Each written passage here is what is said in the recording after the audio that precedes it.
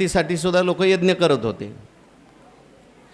काही प्रतिबंध जर असेल तो दूर होत होता. सत्कर्म केल्यावर म्हणा किंवा यज्ञात काही औषधी वगैरे घेत असतील, प्यायला देत असतील, त्या अंगराजाने यज्ञ केला. यज्ञ करायचा होता त्याला, पुत्रकामेष्टी यज्ञ, पण ती यज्ञातली देवताच प्रगट होईना. देव प्रगट व्हायचे यज्ञामध्ये पूर्वी, आणि तसे मंत्र म्हणणारे होते.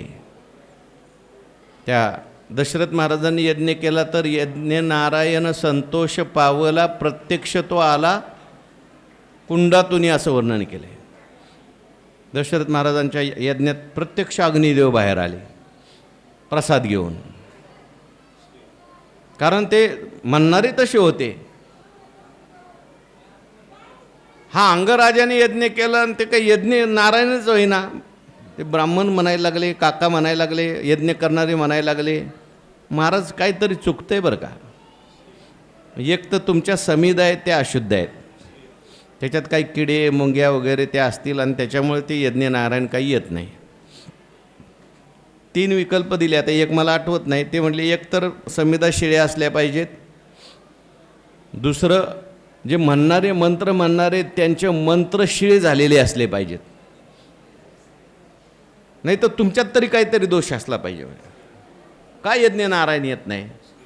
तर राजाने चेक केलं, सगळं तपास केला, तर ते म्हटले समिधा सगळे एकदम शुद्ध आहेत. मंत्र म्हणणारे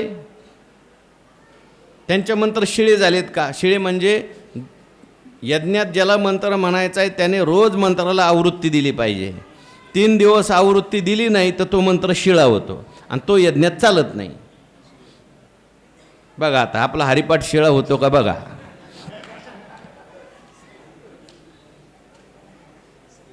म्हणून नाम जप यज्ञ तो परम म्हटलंय.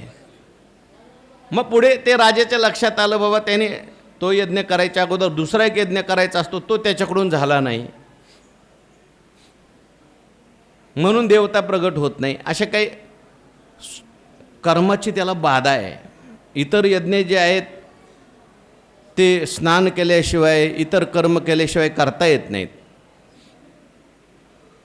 म्हणून बाधू न शके स्नानादी कर्म. पण नाम जप करायचा आहे, आंघोळच केली पाहिजे का. काय आंघोळी न लगे तोंड धुवावे, काय आहे ते प्रमाण.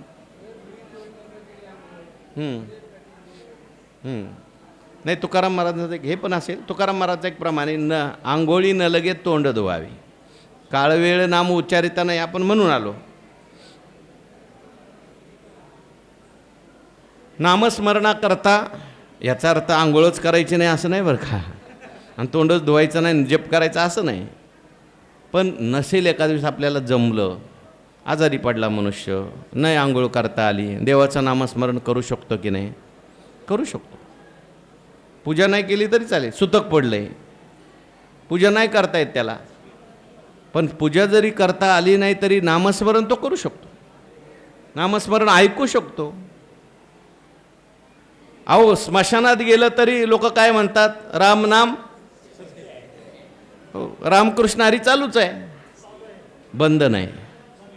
म्हणून बाधू न शके स्नानादी कर्म. नामे पावन धर्माधर्म. नामाने धर्मही पावन होतो आणि नामाने अधर्मही पावन होतो. अधर्म पावन होतो कळालं, आजमेळ्याचा उद्धार झाला. तरुण अग्निमेळे समरस झाले, कळालं. अधर्म पावन नाम करताय मान्य आहे, पण धर्माला कसं काय नाम पावन करतं. तर धर्म कार्य करताना, यज्ञ कार्य करताना त्याच्यात जर काय त्रुटी राहिली तर सगळी नामस्मरणाने पूर्ण होते. म्हणून यज्ञ करतानाही नामस्मरण करा. पूजा करताना आपण करतो, पण पूजेत जर काय चूक झाली, नामस्मरण करत करत पूजा केली तर त्या पूजेतली चूक काय होते, दूर होते.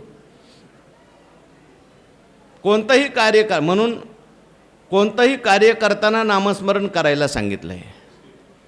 त्याच्यामध्ये जर काही न्यून झालं नाही तर यज्ञ कार्य त्याच्यात न्यूनता आली, यज्ञ काय मंत्र चढे थोडा तरी धडची होय वेडा, असं होऊ शकतं. पण नामस्मरण जर असेल तर सगळ्यात पूर्ण सांग करून टाकतं. म्हणून नामे पावन धर्माधर्म, नामाने धर्मही पावन होतो, नामाने अधर्मही पावन होतो. धर्मामध्ये साद्गुण्य प्राप्त होतं, काही न्यून असेल तर पूर्ण होतं. कशामुळे? ते म्हणतात नाम परब्रह्म वेदार्थी. वेदाच्या अर्थामध्ये वेदाचा जर विचार केला तर वेदाने असं सांगितलंय, नाम काय आहे? परब्रह्म आहे. नाम हे ब्रह्मस्वरूप आहे, भगवत स्वरूप आहे.